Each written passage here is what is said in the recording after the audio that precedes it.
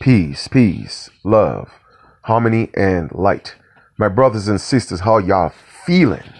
This is Chief Kalanago with another video.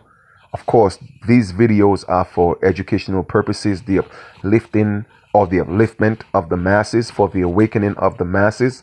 Once again, putting things in perspective.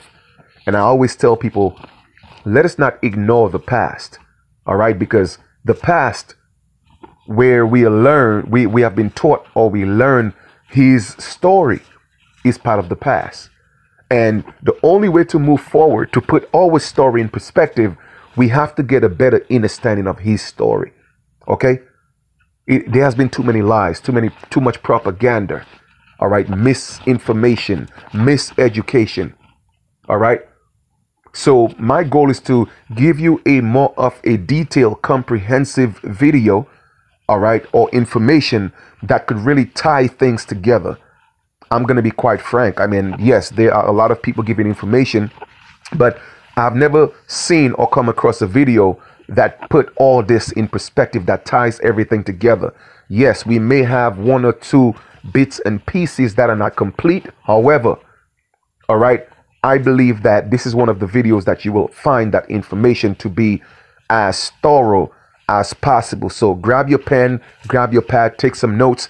I am going to have all of that information in the link below, and I will make an attempt to put them in order of which I am speaking on or of, so that you could follow, so that it will make sense to you.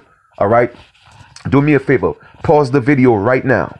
I would like you to go to Facebook, YouTube, Instagram, Twitter, all these social medias, to share the information, because it is our duty to uplift our fallen brothers and sisters, those that are ignorant, those that are caught up in the miseducation, the lie, the propaganda. At least they can say, you know what, I didn't know. How would you feel if you know the truth and you didn't tell your brother, your cousin, your friend? And things happen. They're gonna come to you like, well, damn, why didn't you tell me?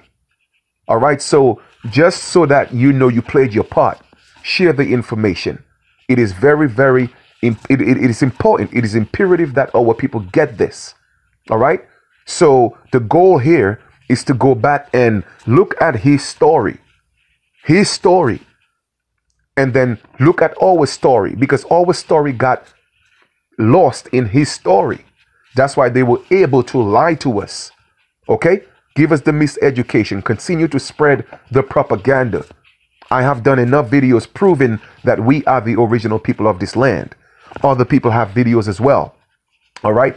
But what I'm going to do is I'm going to tie his story, the past, into our past and into the present, and prove to you and show you today that the United States is still a colony of Great Britain, and that you are a slave to the crown. Okay? And Caucasians, the pale man here right now today, the pale man, the Caucasians, they know this. And that's why they are standing up to fight themselves. All right? But a lot of people are too comfortable being entertained, so they're not going to get this. But for those of you who get it, I would like you to share it. So share that information. Also, if you look below, the link below the video, I'm going to put it first, because I think that, hey, I'm putting in the work. Why not? Right? The link for my Cash App is below. As you know, I'm off the grid right now. I'm in the mountains. I'm loving it in Missouri. And things need to be fixed. All right. You know, working on, got to get the solar panels, got to put a lot of things together, because I want to prove and show to you guys that this can be a reality. Okay. But I always tell folks, it's okay to teach. It's okay to talk. But for me, I'm a man that love to do. I want to do. I want to show you that it's possible. And nothing wrong with people who could sit behind a laptop, just like I used to do, and just talk. That's cool. But for me, action it's where it's at. The truth is in the action, because people could just talk, but the truth is in the action. That's why I left the city. I left Brooklyn. I left what was convenient to come into nature, which right now it's not convenient. I'm going to be quite frank. I'm going to be honest. I'm not going to lie to you. It's not convenient right now, because it's not where I need it to be, but I am going to get it there. But first, I had to make the move. I had to take the initiative to come into nature, all right, and honor nature so that nature could take care of me. But I'm comfortable. Don't get me wrong. I'm comfortable. I got lights. I got heat. Okay. I got 2 natural wells, all right, that provides my water. You feel me? What else? I got food. You know, I got 2 acres of land I'm on by myself. You know what I'm saying? So I'm good. I'm good, but I want to do more. I want to show you what's going on the land so that you could see it can be a reality. Because through all this, my mission and my goal is to get my people off this beast, get my people out of Babylon. And when I say get out of Babylon, I'm not talking about leave our land. No, we staying here. We ain't going nowhere. But I'm talking about get out their system, okay? Because it's eating you alive. It is eating you alive. So I want to show you that it's possible. Stop living the dream. Stop living the fantasy. Stop living the illusion. Because they're giving you all the devices to eat you up, to destroy yourself. Okay? Going back to the land, being self-sustained. For those of you who believe, oh, well, you know, I'm indigenous, I'm an aboriginal, always quoting, you know, on drip and self-determination. Well, guess what self-determination is? It means that you get to determine, you know, your own life. But how can you determine your own life if you're part of their system? No. If you're part of their system, being a subject of their system, then you are contradicting what you are saying. You're contradicting yourself because you're talking one thing, but you're doing something different. Because you still want to get stuck in their system. You still want to be just a number. You want to be property. You want to be cattle. You want to be chattel. So for me, I'm setting the example. All right. So once again, the Cash App is below. Show your support. All right. It took me at least 48 hours to put this information together for you. All right. So I'm going to go back and bring you exactly where we are at and prove to you that people are slaves. Proof, even if I've done it before. But like I said, this is a very, very comprehensive, in detail video where I'm going to make the attempt to make this thing happen. So the love and support is appreciated. So please see the link below and support. All right. So we're going to go back to, we also going to talk about the Moors. All right. We're going to, this is going to be a lengthy video. So get yourself comfortable. If you got to go use the bathroom, put it on pause, go do what you got to do and come back to it. All right.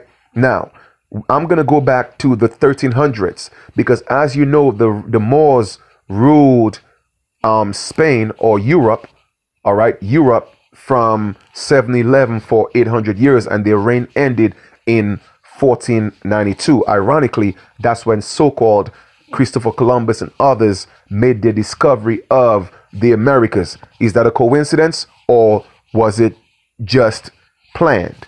Well, I'm going to say the latter. It wasn't a coincidence. All right. Now, Robert II of Scotland. Scotland is in Europe. All right. Robert II.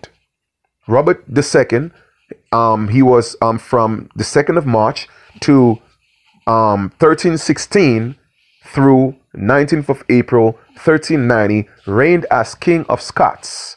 All right. From 1371 to his death as the first monarch of the House of Stuart. Now, as you could see, he was King of Scots from 1371 to his death as the first monarch. Now, in 1371 in Europe, the Moors supposedly ruled. Now, I'm looking at the picture of this man, and of course, they're showing a pale man.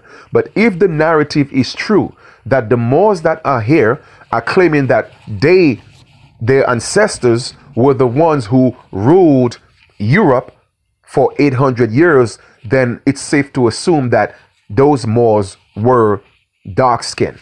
Okay? Unless these Moors here are completely lost and they don't know what they are talking about, and those were pale Moors. But they swear that's their ancestors and that's them. So we have to assume that those people were of a darker hue. Okay?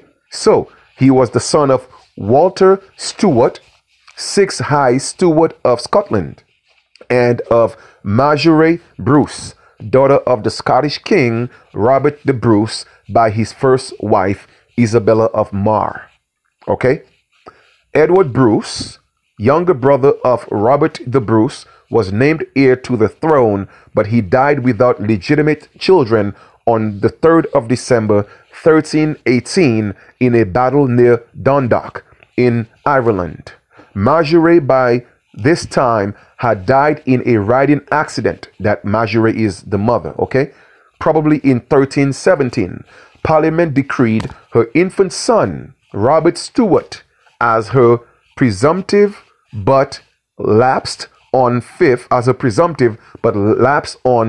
of March 1324 on the birth of a son, David, to be King Robert and his second wife, Elizabeth de Burgh. Robert Stuart inherited the title of High Steward of Scotland on his father's death on 9th of April 1326, and a parliament held in July 1326 confirmed the young steward as heir should Prince David die without a successor. All right. In 1329, Robert I died, and the 6-year-old David succeeded to the throne with Sir Thomas Randolph, Earl of Moray, appointed Guardian of Scotland. Now, I'm not going to read all the intricate details. We are just going to go through a few of the nobles that they had. So, at that time, Robert, okay, he was the King of Scott, and he reigned from 1371 to 1390. All right. Now, his successor was Robert III. I'm just going to read a little bit of Robert III's bio. Okay. Not all of it.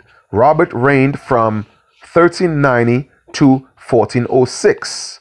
Now, brothers and sisters, at that time, okay, the Moors, again, based on history and them being so braggadocious about them ruling Europe. So again, we're assuming that these nobles were of a darker hue. All right. He ruled from 1390 to 1406. All right. At that time, supposedly, we hadn't been discovered by the so-called old world, right? At that time, at least based on his story. Now, this gentleman, King of Scott, again, his predecessor, like we said, was Robert II. And his successor, meaning that who took over after him, was James I. Now, let us not get it confused with James I with King James of Britain. I don't think that these two gentlemen are the same people. But King James of Scots, all right, King of Scots, we have, what's his name? What I just said? James I, okay? James I, he ruled from 1406 to 1437. His successor was James II. All right. James II was his successor, and he was in power, or he reigned from 1437 to 1460. All right. All these dudes, their religion was Roman Catholic for the most part. All right. His successor was James III. Okay. James III. Let's read a little bit about James III. Okay. James III. July 10th, 1451 / May 4th, May 1452. That because they didn't know exactly when he was born, so they kind of gave like 2 dates. But that was through through June 1488, was King of Scots from 1460 to 1488. All right. At that time, we are again assuming that the Moors were still in power because they didn't lose their reign or their power in Europe until 1492. James was an unpopular and effective monarch, owing to an unwillingness to administer justice fairly, a policy of pursuing alliance with the Kingdom of England. So he was pursuing an alliance with the Kingdom of England at that time in between his reign in 1460 and 1488. All right. and a disastrous relationship with nearly all his extended family. However, it was through his marriage to Margaret of Denmark that the Onki and Shetland Islands became Scottish. His reputation as the first Renaissance monarch in Scotland has sometimes been exaggerated based on attacks on him in later chronicles for being more interested in such unmanly pursuits as music than hunting, riding, and leading his kingdom into war.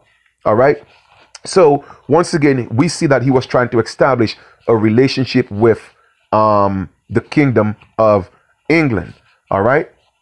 So that was James the Third. His successor was James the Fourth. All right. James the Fourth of Scotland. Now we know we have King James, so we're gonna cross-reference King James to this James and see if it's the same people or it's two different people. I think it may have been two different people. Now we have James the Fourth. All right, 17th March 1473 to September 9th 1513 was the King of Scotland from 11 June 1488 to his death. He assumed the throne following the death of his father, King James the Third. All right, so he was a bloodline monarchy. In the Battle of Sochierburn, a rebellion in which the younger James played an indirect role, he was generally regarded as the most successful of the Stuart monarchs of Scotland, but his reign ended in a disastrous defeat at the Battle of Flodden, where he became the last monarch not only from Scotland but from all of the Great Britain to be killed in battle. All right, so that's James. Now that's James that was James the Fourth. His successor was James V. Okay, James V was his successor. Now James the Fifth or James V, all right, his reign, he was the King of Scotland from 1513 until his death. So now we're looking at after the Moors ruled in 1492. That's after, okay, after they lost their reign.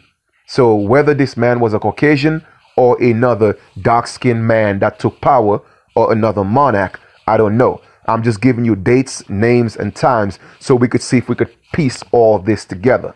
All right. Now, this King of Scotland, his successor was Mary. And let me just stop at Mary right here. We're going to look at Mary. Okay. Mary Stuart. And Mary Stuart was his successor. She was a queen. All right. A queen of Scotland.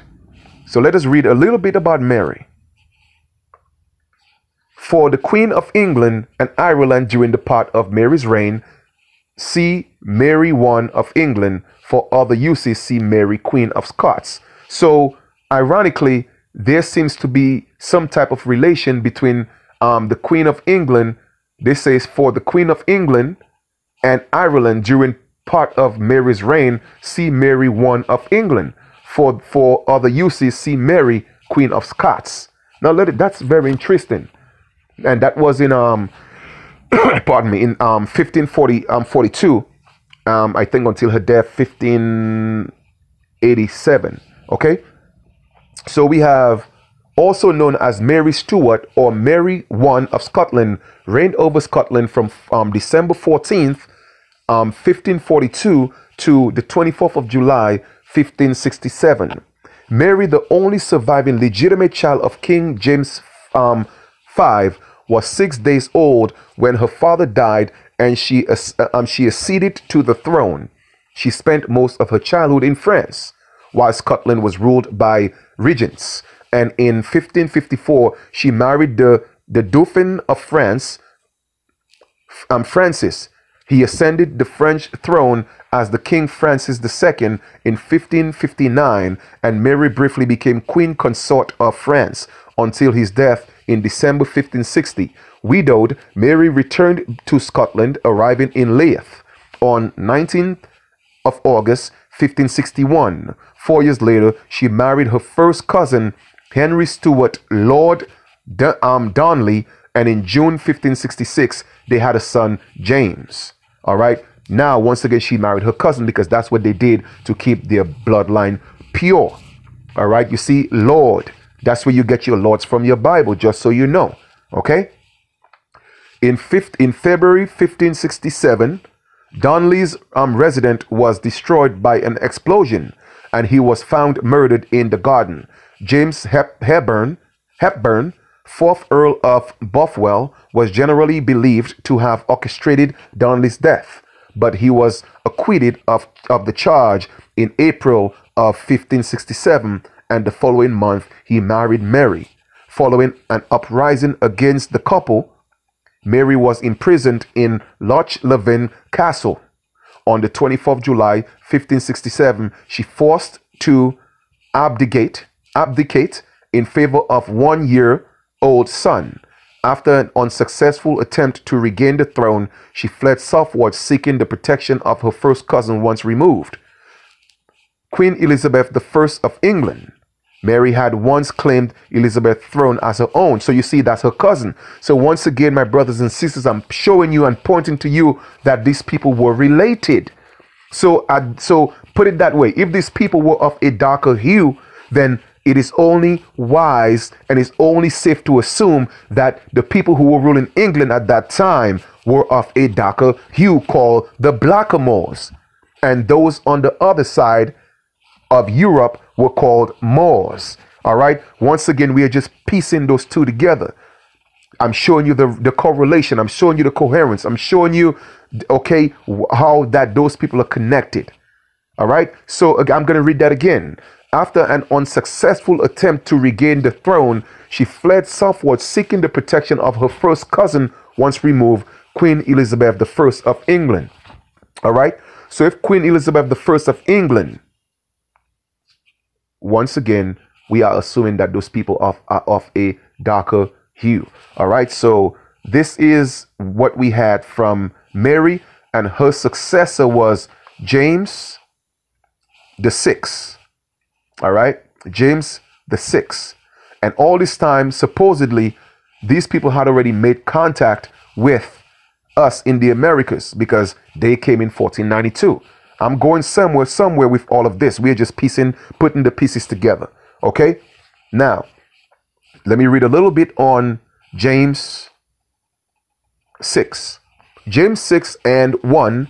James Charles Stewart, 19th June 1566 to 27th of March 1625, was King of Scotland as James VI from 24th July 1567, and King of England and Ireland as James I from the union of the Scottish and the English crowns on the 24th March 1603 until his death in 1625. So my brothers and sisters, you see, like I said, to really get a proper, to put this in perspective, you have to study his story.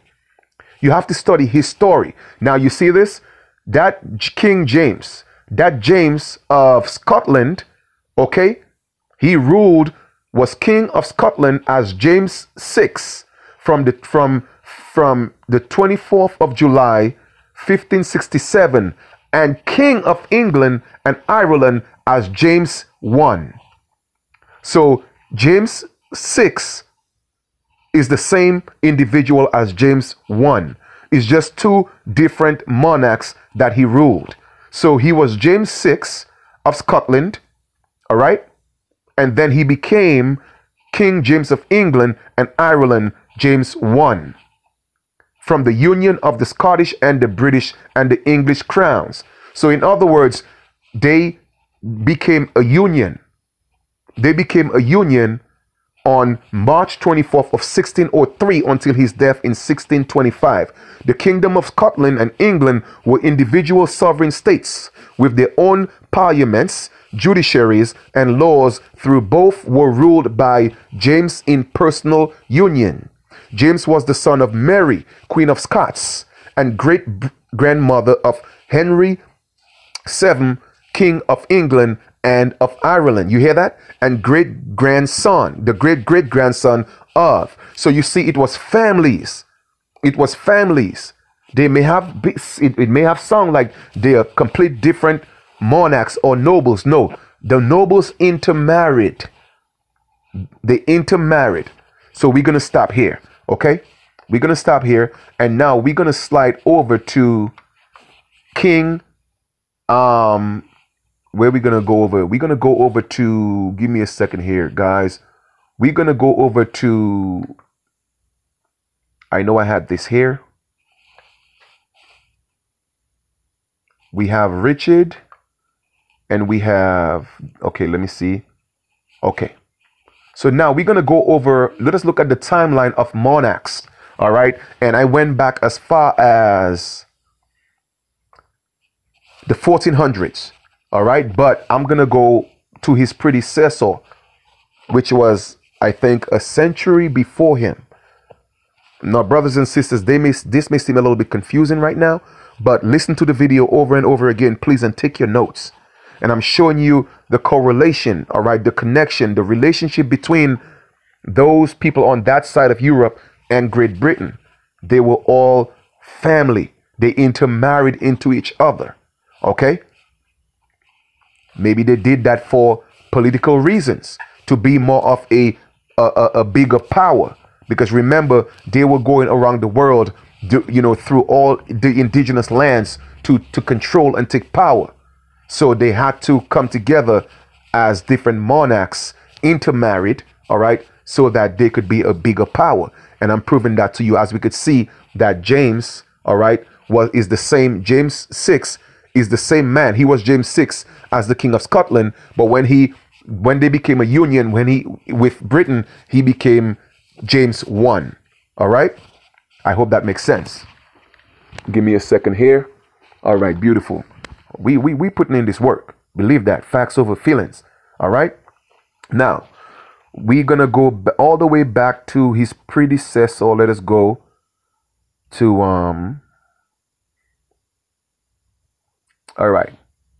I think that's far enough. So I'm going all the way back to 1461. 1461, we have Edward IV of England. Edward IV, April 26, 1442 to 9th of April, 1483, was the King of England from 4th March, 1461 to October 3rd, 1470. And again from the 11th of April, 1471 until his death. He was the first Yorkist King of England. The first half of his rule was marred by the violence associated with the Wars of Roses, but he overcame the Lancastrian challenge to the throne at Tewkesbury in 1471 to reign in peace until his sudden death. Before becoming king, he was Duke of York, Earl of March, Earl of Cambridge, and Earl of Ulster. Okay, we're going to go to his successor now, which was Edward V, which was Edward V. Okay, Edward V succeeded his father, Edward IV. So again, that was his his son was his successor as King of England and Lord of Ireland. Once again, there goes your Lord in your Bibles. All right. Upon the latter's death on 9th of April, 1483, he was never crowned, and his brief reign was dominated by the influence of his uncle and Lord Protector, the Duke of Gloucester, who deposited him to reign as Richard III on 26 June 1483. This confirmed by the act entitled Titulus Regius, which denounced any further claims through his father's heir. Okay? And that was his success. Now, his successor was Richard III. Richard III. All right? Richard III, the third, all right, was King of England from 1483 until his death at the battle house of Bosworth Field. He was the last king of the House of York and the last of the Plantagenet dynasty. His defeat at Bosworth Field, the last decisive battle of the Wars of Roses, marked the end of the Middle Ages in England. He is a protagonist of Richard III, one of William Shakespeare's history plays. All right, that was his successor. Let us see who this dude now. His successor was Henry VII.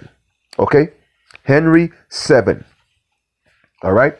Henry VII was the King of England and Lord of Ireland from his seizure of crown on the 26th August 1485 to his death on 21st of April 1509. He was the first monarch of the House of Tudor. All right. Let's see who his successor was.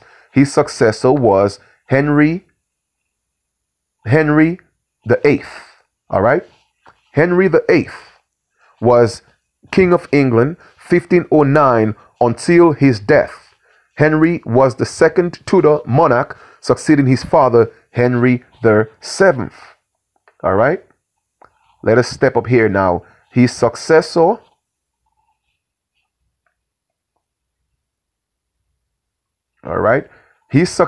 was Edward VI of England. Edward VI was the King of England and Ireland from January 1547 until his death. He was crowned on February at the age of 9. He became a king. Edward was the son of Henry VIII and Jane Seymour, and England's first monarch to be raised as a Protestant. During his reign, the realm was governed by a regency council because he never reached his maturity, or his majority rather. Okay. And his successor was Jane, but it was disputed, or Mary the First. Okay. Let us look at Mary the First right here. 1556. Let me go back to that. All right. Again, we are making the connection here. All right. Mary the First, all right, known as Mary Tudor, was the Queen of England and Ireland from 1553 until her death. She is the best known for her aggressive attempt to reverse the English Reformation, which had begun during the reign of her father, Henry VIII. The executions that marked her pursuit of restoration of Roman Catholicism in England and Ireland led to her denunciation as Bloody Mary by her Protestant opponents. All right. It's amazing. War of Roses, Bloody Mary. I mean, all this stuff here is just crazy, right? Now, let us go to her successor. Her successor was Elizabeth I. All right. So Queen Elizabeth I, Queen of England and Ireland from November 1558 until her death on the 24th of March 1603, sometimes called the Virgin Queen. All right. Gloriana, or Good Queen Bess. Elizabeth was the last of the 5 monarchs of the House of Tudor. All right. Now let us see if we could go see who her successor is. All right. Here we are, tying now James I, who was actually James VI of Scotland, but when they came together as the Union, he took up the name or the title James I. All right. So brothers, I told you there was a reason why, brothers and sisters, there was a reason why I was doing all this, going and looking at the nobles in Scotland. All right. And tying that into Great Britain, England, so you could see the connection. All right. So here we go where we left off in Scotland. We have James VI and 1. James Charles Stuart, 19 June 1566 to March 27, 1625, was the King of Scotland as James VI.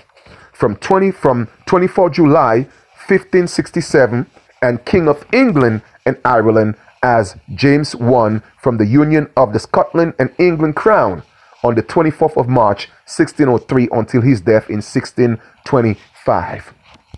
Okay, so once again, I just showed you the connection, and his successor, of course, was Charles I. But before we continue, let us go look at let us take, and of course all that stuff is going to be in the link below. Let us take a look at the queens. All right, the so-called black queens, England's black queens. All right, All that stuff is going to be in the link below so you could read it yourself. All right, brothers and sisters, we are putting all this in perspective today. All right, we are going to make sense out of this.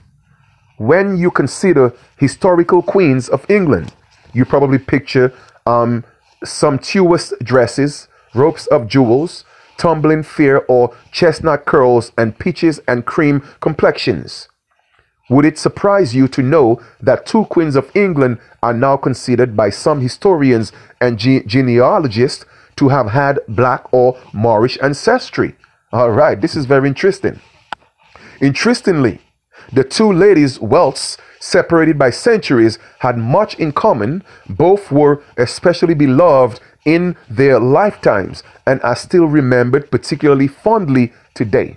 First, we're going to look at Queen Philippa of Hainault, and that was the 24th June 1314 to 15th of August 1369, was the queen consort of Edward III.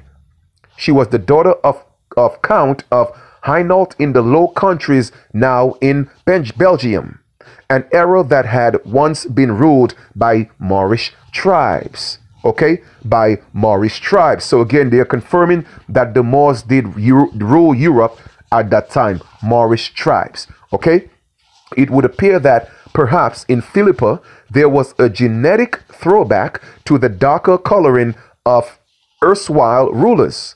All right, Edward II sent a man to Hainault to report back on his son and heir's muted bride. The man gave the following feedback: the lady whom we saw has not uncommonly hair, bitwicks, blue, black, and brown. Her head is cleaned, shaved, her forehead high and broad, and standing somewhat forward. Her face narrows between the eyes, and the lower part of her face is still more narrow and slender than the forehead. Her eyes are dark. Her nose is fairly smooth and even, save that is somewhat broad at the tip and flattened, yet it is no snub nose. Her nostrils are also broad, her mouth fairly wide, her lips somewhat full, and especially the lower lip. So we are definitely talking about a so-called black woman. All her limbs are well set and unmaimed, and not in amiss so far as a man may say. In other words, the sister was thick. All right. Moreover, she is brown of skin all over and much like her father, and in all things she is pleasant enough, as it seems to us. So they're telling you her father was of a brown man as well. All right. So that again is proving that the Moors around that time, the Moorish tribes, were of a dark-skinned, brown people. All right, confirming that. All right. No contemporary images of Philippa exist. Those that we have show a very standard, delicate-featured Caucasoid woman. Absolutely nothing like the woman that the little brown girl described above would have grown into.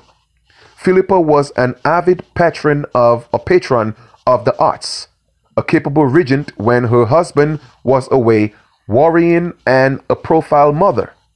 She was known for her kindness and restraint, frequently interceding with her husband and successfully pleading for the lives of those who had been sentenced to die. Philippa also is known to be the most royal queen consort of England due to the 4 of her great-great-grandfathers all having been kings of France, Aragon, Naples, and Hungary. All right, her grandfathers. And hear that. All right, I'm talking about her great-great-grandfathers. 4 of her great-great-grandfathers.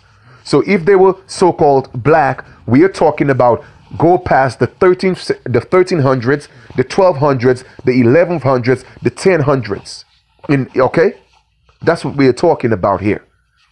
All this is gonna make sense. Let's continue. The eldest of her 13 children was Edward of Woodstock, known as the Black Prince. It is usually said that the adult crown prince must have obtained his moniker due to the black amour he wore in battle against the French. However, some evidence seems to show that he was referred to as Le Noir. Le Noir means the black from childhood. Perhaps he inherited his mother's darker complexion. His father, Edward III, was a typical Plantagenet, red-haired and ruddy. Now, my brothers and sisters, all right, when you hear the term ruddy, it doesn't mean that that individual or that person is dark. I mean, is pale or so-called white. Okay, it's a darker brown. All right, and her complexion must have been a lighter brown. And again, I will show you in the description. Click on the link. You will see the color of Rudy. Go Google the color of Rudy or animals that are Rudy, and you would see that it's a kind of like a brownish, reddish kind of undertone animal. So it doesn't mean pale. And I'm going to prove all that today. Okay. So I'm going to remind myself to also put that link in below the video. Moving forward, then 400 years. Okay, that's moving forward. 400 years. Charlotte of Mecklenburg, May 1744, 17 November 1818, was the Queen of Great Britain, consort of George III. Now, all this will come into perspective, my brothers and sisters, because now we are going to talk about King George, all right, King James III, all right, and how it ties into our land, all right. A princess of Mecklenburg, Strelitz, and a small duchy within the Holy Roman Empire. She was descended via 6 separate lines from Margarita de Castro, the daughter of Alfonso III of Portugal, and his mistress Morana Gil, an African of Moorish descent. All right, and she was an African of Moorish descent. It is often pointed out that there are distinct sub-Saharan aspects to portraits of Queen Charlotte, features that did not seem to be passed down to Charlotte's granddaughter, Queen Victoria, and through to our current royal family. So once again, Queen Victoria is her granddaughter, all right? But it said that the complexion, it seemed like somewhere along the line, the complexion kind of like faded out, all right? So you have to ask the question, what happened to, why does the Queen of England right now look the way she is? All right? Are those people shadow nobles or shadow kings and queens and princes, while the true royals are hiding behind the scenes? My brothers and sisters, the rabbit hole is deep, but we're going to get into this. In the poem penned to her on occasion of her wedding to George III and coronation celebration that immediately followed, Charlotte is referred to as resembling her Vandal ancestors, a Roman African tribal race. Once again, for those of you who don't know, the Roman Empire, okay, were also considered Moors. All right, that's why these Moors keep saying that, oh, we are all Moors and everybody on earth were Moors, but no, we are not.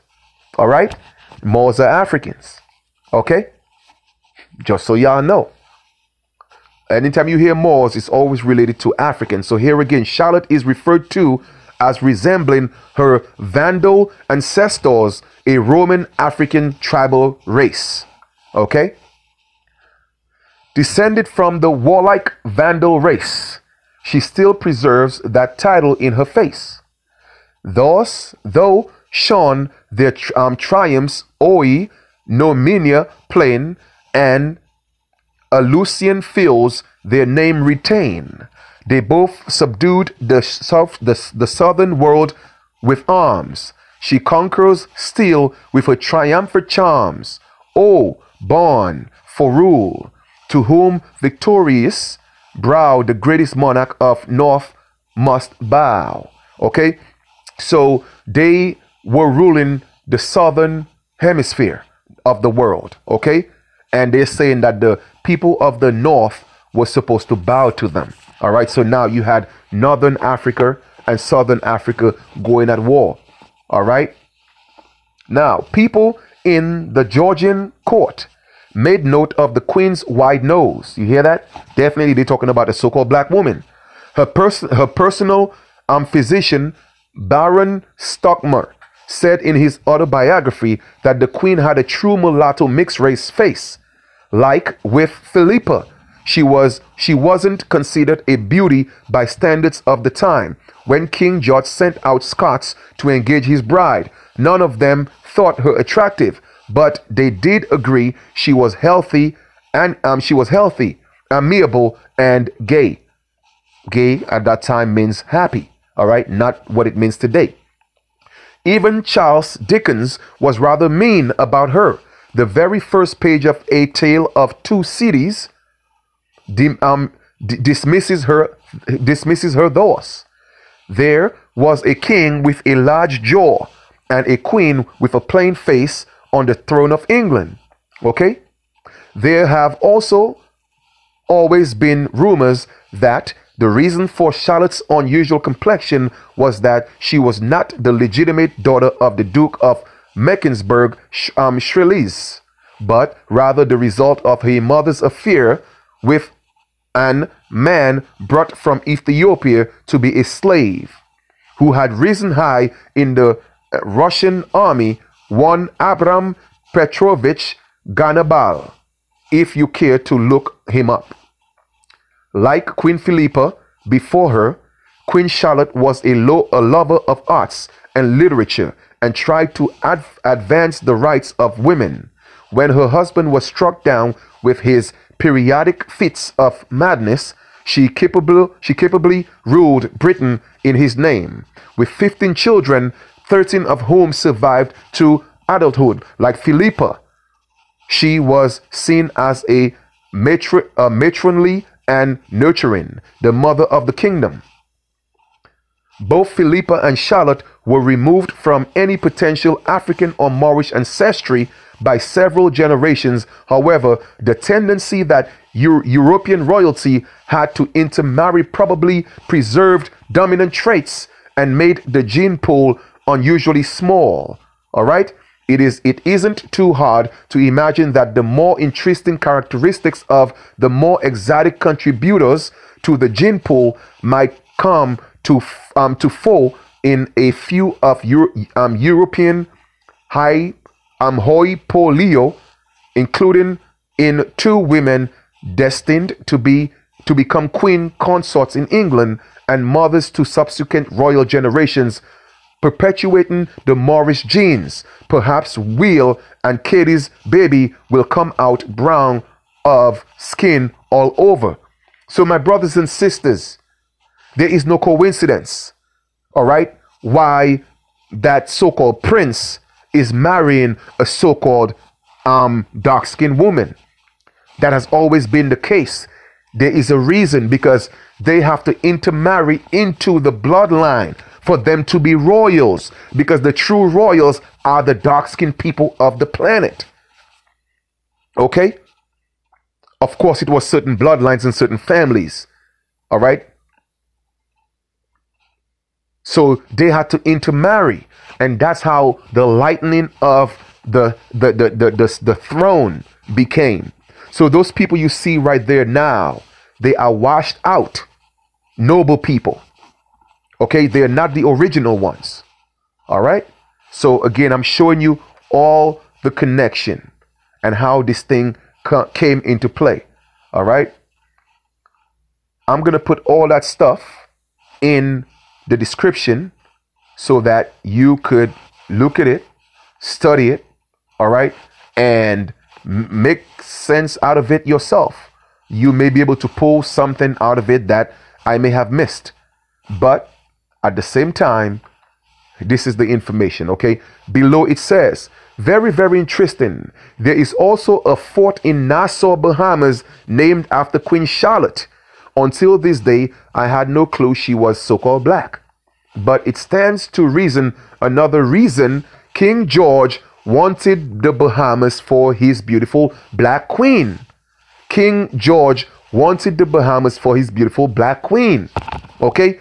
And that was the only way they could have laid claim to Aboriginal land. It was through the women. Okay? The royals, the nobles. All right. So my brothers and sisters, I hope y'all enjoyed that information. Now we are going to continue here.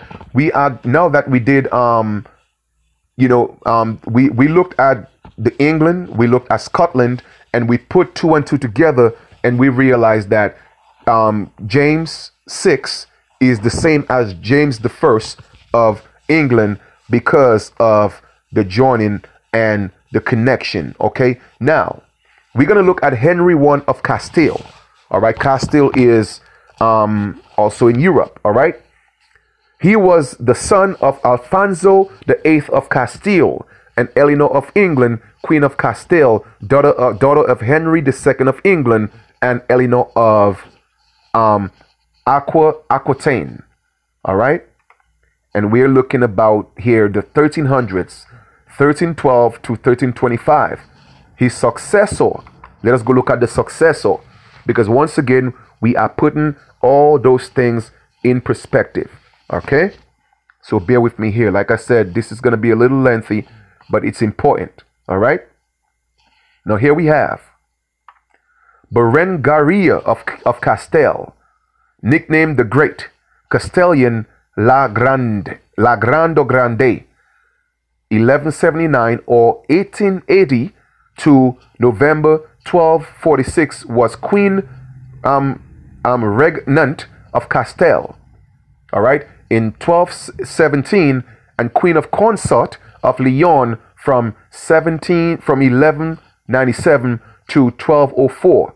As the eldest child and heir presumptive of Alfonso VIII of Castile, she was a sought-after bride and was engaged to Conrad, the son of Holy Roman Emperor Frederick I Barbarossa.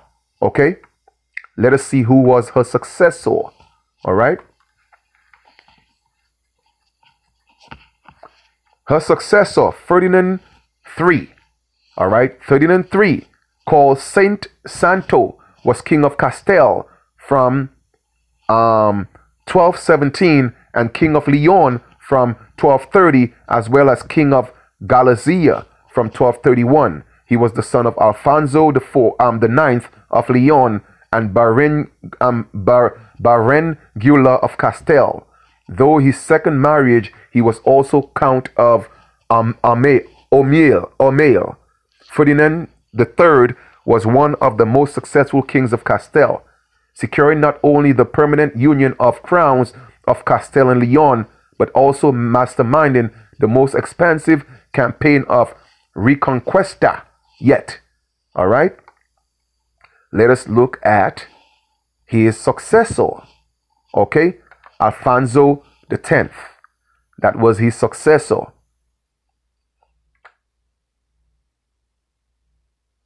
Alrighty. All right. Alfonso X was called the Wise King. Spanish. El Sabio was the king of Castile, Leon, and Galicia from 1252 until his death, 1284. During the imperial election of 1257, a dissident faction chose him to be king of the Romans. All right, the king of the Romans. Like I said, those were Moors. Okay, those were Moors. Brothers and sisters, let's put two and two together. All right, let us look at his successor. We're going to come up all the way to the 1500s. His successor was Sancho the Fourth of Castile. All right, Sancho IV of Castile. All right, and he was the king of Castile, Leon, and Galicia from 1284 to his death. He was the second son of Alfonso and Yolanda, daughter of James I of Aragon. So once again, you see how these people are connected. All right, you see how these people are connected. Let us look at his successor.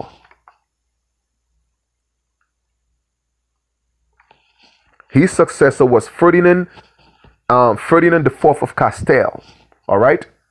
He was king of Castile until his death. During his minority, his upbringing and the custody of his person were entrusted to his mother, Queen Maria de Molina, while his tutorship was entrusted to the Infante Henry of Castile, the senator, son of the King Ferdinand III of Castile. All right. Let us come up to his successor, who was Alfonso the 11th. Alfonso the 11th. All right. Now, that was Alfonso the 11th, called the Avenger. Justiciero was the king of Castile, Leon, and Galicia. He was the son of Ferdinand the fourth of Castile and his wife Constant of Portugal.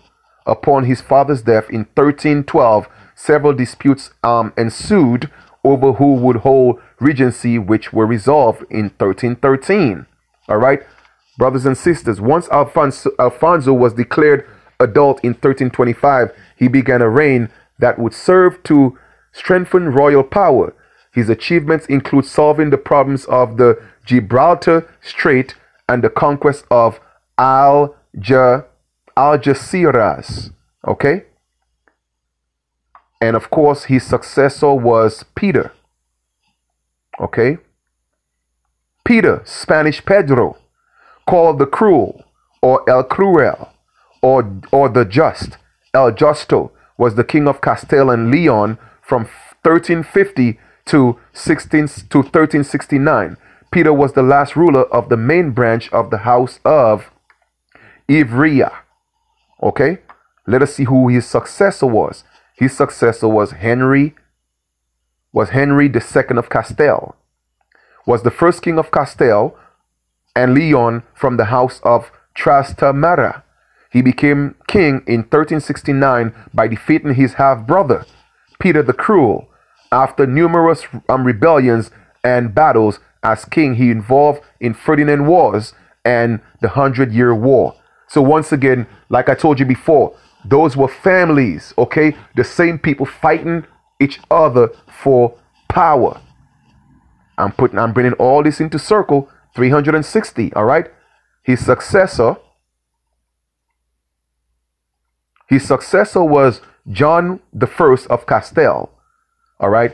John I of Castile was king of and crown of Castile from 1379 until 1390. He was the son of Henry II and his wife Joanna Manuel of Castile. He was the last monarch of Castile to receive a formal coronation. Okay. Let us go to his successor, Henry III. Henry III. And Henry III, his successor was John II. Like I said, we're going to come up into the 15 or the 1600s so we could put all this in perspective, all right? So, Henry, we have John II, the king of Castile, all right? Castile is in Europe, right? Then his successor was Henry IV. Henry IV. Henry IV, king of Castile, nicknamed the Impotent, ruled 1454 to 1474, was the last of the weak late medieval kings of Castile. During Henry's reign, the nobles increased in power and the nation became less centralized. All right? And let us go into his successor. We are coming up into this. Now we are connecting the dots. Okay? His successor, Isabella. Okay? Isabella, Spanish, Isabel. 22nd April 1451. 26 November 1504. Reigned as Queen of Castile from 1474 until her death. Her marriage to Ferdinand II of Aragon became the basis for the political unification of Spain under their grandson Charles I. Okay, brothers and sisters, you see how I'm connecting the dots? So now we up to Isabella who married Ferdinand, and those were the people that were dealing with Christopher Columbus. Like I said, I'm putting all this into perspective right now.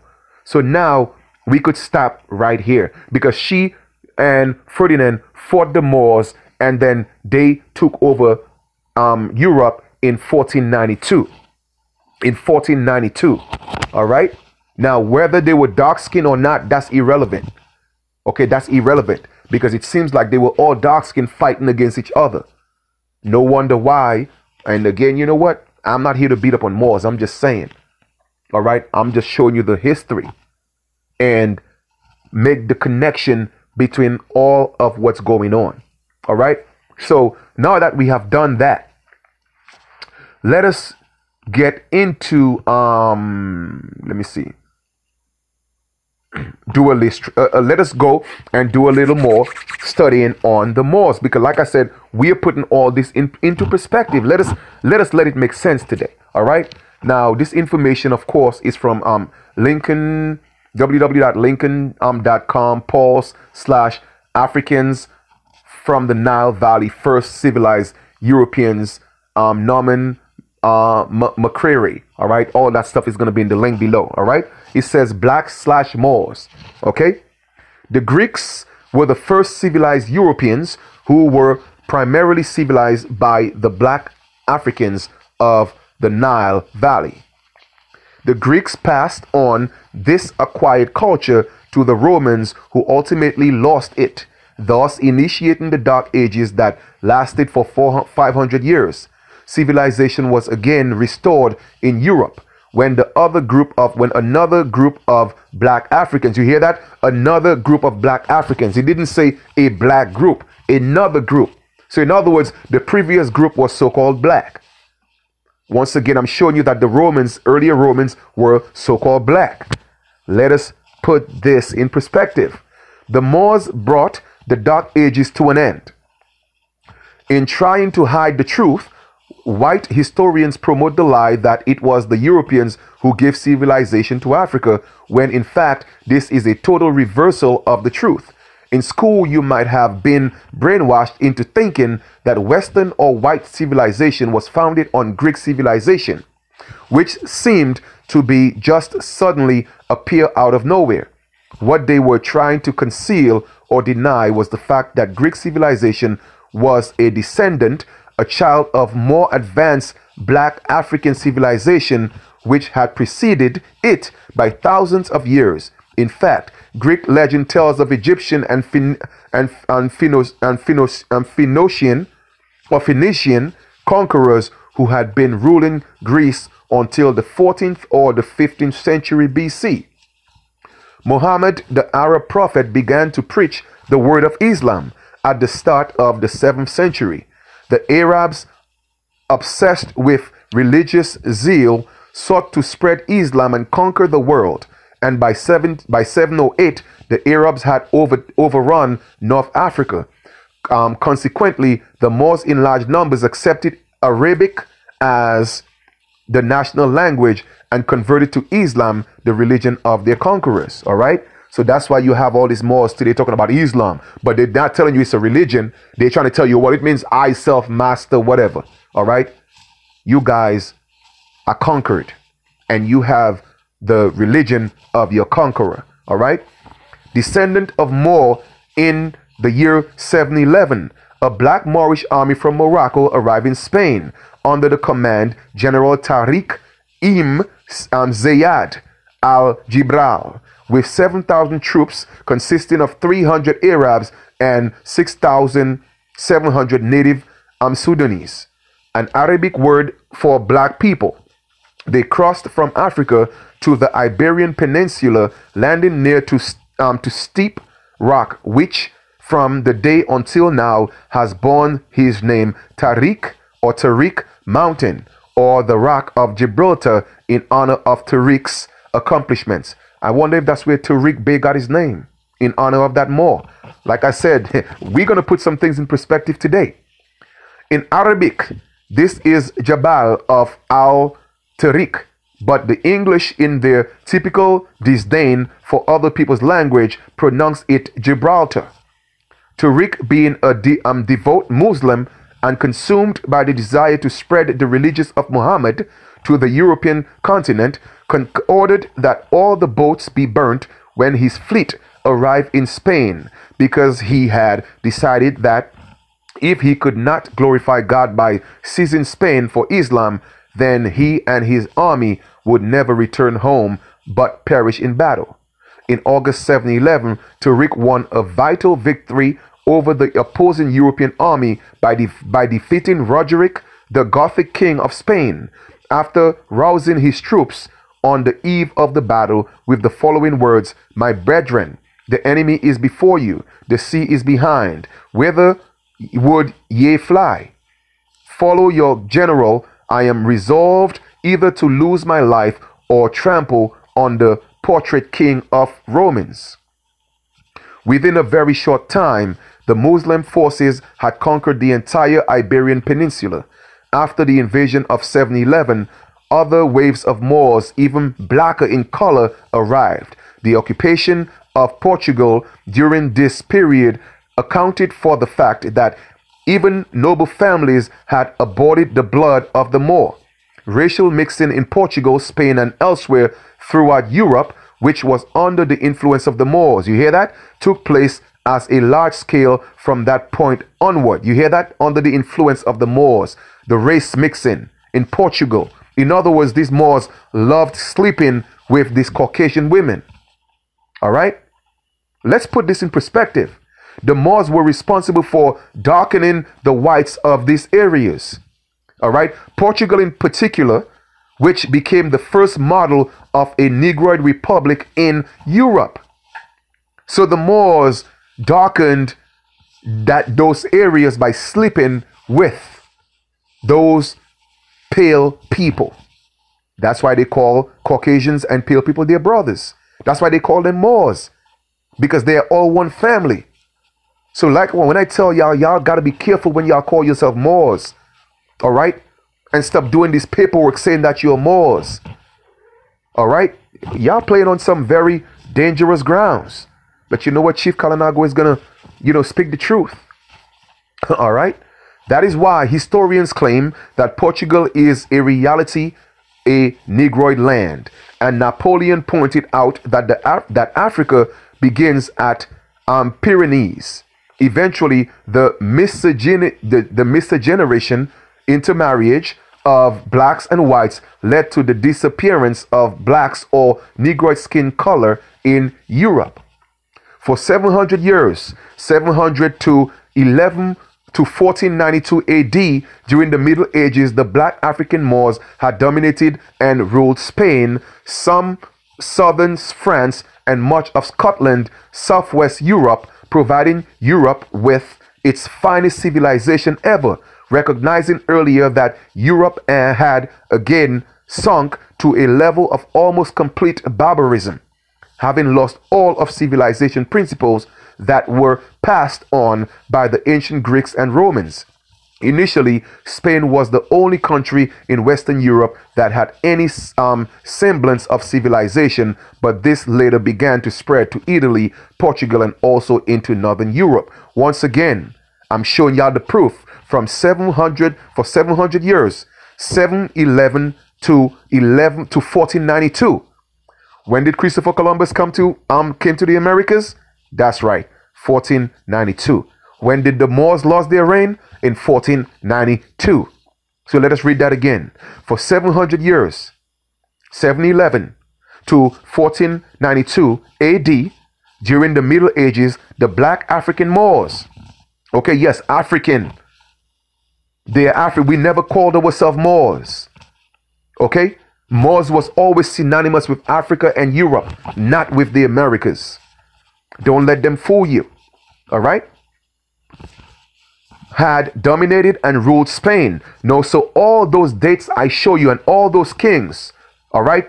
I'm talking about France, Scotland, okay? Castile.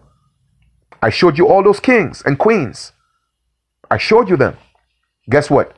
They were all Moors. Okay? They were all Moors. They were all Moors. All right? or at least dark skin. Okay? Now, but while the Moors were civilized Europe, but while the Moors re-civilizing Europe, noble empires in Ghana, Mali, and Songhai, Western Africa, were striving and trading with the Moors. Therefore, Africa was clearly not some dark continent waiting for any European civilization. In fact, black Africans, Egyptians, and black African Moors were credited for having civilized the European barbarian. Yes, they taught them. They taught them. All right? By the 11th century, however, the Moroccan Islamic rulers of Spain had become descendant and soft, and in 1086, under the command of the black-skinned Yusuf ibn Tashfin, the Almoravids, a dynasty of very black Muslim sultans from Senegal in the heart of Western Africa, arrived, further consolidating the earlier incursions. Their rise to power became when a pilgrim named Yahya, the Muslim name for John the Baptist, you hear that? The Muslim name for John the Baptist, returned home from Mecca and founded a new religious sect, which quickly developed into a new military campaign, branching out from Senegal and conquering all of northern Africa and Spain. El Cid Yusuf ibn Tashfin, the greatest of the Almoravid leaders, defeated El Cid, right, one of the Spain's most renowned and legendary folk heroes. And though Yusuf was almost 80 years old when he came to Spain, he was still quite energetic. Outnumbered by the Christians 3-1, his unconquerable spirit triumphed, and miraculously he destroyed King Alfonso of Leon and Castile at the Battle of Zalaka, where 7,000 Christian soldiers were on the run from Yusuf's army of 25,000 Muslims. One by one, Yusuf defeated the Christian generals, inflicting a humiliating defeat on the Christian army, with El Cid being the last one to fall. But when he did, practically the entire Iberian Peninsula was under Yusuf's control. Yusuf began king of an empire that encompassed a large part of Africa and most of Spain in 1090. Yusuf ibn Tashfin again invaded Spain, and turning conqueror, he seized all the Moorish territories of Spain except Zaragoza. It is said that a black Moorish woman named Nugaymaf Turkea was the leader of a contingent of 300 black Moorish Amazon queens, all right, with their heads shaven, living only a top knot. They were described as negrises and were members of Almoravid dynasty, which occupied Spain in 1086 AD. The Almoravids were a heavy black population originating in southern Morocco and northern Senegal in Western Africa. Later, Yaqub ibn Yusuf, 1149 to 1199 AD, also known as Al-Manzor, which means the invincible, since it is said that he never lost a battle, was considered by Muslims to be the greatest of all the medieval kings of Spain. His empire was immense, stretching to the border of Egypt, and his black man ruled Spain during its most glorious period. Al-Mansur, known to his subjects as the Black Sultan, came to power in Africa during a period when the Christian reconquest of Spain had again obtained tremendous momentum, since the Almoravids had the Umayyads before them had become the descendants and soft. Al-Mansur thus conquered and became to expand the empire that was first established by the Green Almoravid leader Yusuf ibn Tashfin. All right. So once again, that information is going to be in the link below. But I'm just showing you again the connection. All right. The connection. Now, during the Dark Ages in Christian Europe, the Moors had built more than 300 public baths throughout its 21 suburbs, also introducing Spain to underwater and bathing with soap at a time when taking a bath was thought to be a diabolical practice to be shunned by all good Christians, and cleanliness was regarded as a sin. Human waste was simply thrown into the streets because there was no bathrooms available. All right. In addition, 700 mosques. The Moors also constructed magnificent cities in Spain, but the incredible city of Cordova was the most majestic of the 10th century, with 500,000 inhabitants dwelling in over 113,000 homes. There were also well-paved roads with elevated sidewalks for pedestrians. So, brothers and sisters, I'm showing you, okay, who raised these people from the dead, who taught them, okay? It was, yes, the Moors, all right? Who brought them into our land? Yes, the Moors, all right? So I am showing you all the connections, and nowhere it said anything about Moors being from America. We called ourselves Moors. No, Moors was always associated with Africa and Europe. The only time they started calling us Moors here is when they came and mixed with our people. Okay? So that information is going to be in the link below. You can read it yourself. I'm just connecting the dots. All right? Just connecting the dots. Let me come down there and see. Now, it says here, all right? You could read that for yourself, okay? But I'm just going to read a little bit more. The white Christians of Spain had always intended to drive out the Moors during the Middle Ages, but it was not until 1492 when Isabella and Ferdinand finally defeated the last Moorish king in Granada that their dreams came true. This was the same year in which Christopher Columbus was commissioned by Queen Isabella to discover the New World. The Moors had also introduced the first shooting mechanisms or rifles known as fire sticks, thus revolutionizing European military science, but this backfired and led to their downfall when their enemies used gunpowder technology to force them out of Spain and driven them back to West Africa. Okay, driven them back to West Africa. Many of them would later be captured and sold into slavery throughout the Americas and the Caribbean islands. Several of these slaves were multilingual and well-educated, cultured scholars who came on the ships of Christopher Columbus. You hear that? Many of them went back to Africa. Okay? And many of them were sold as slaves into America. So when you're talking about slaves came from Africa, no, they came from Europe. They came when they lost their reign.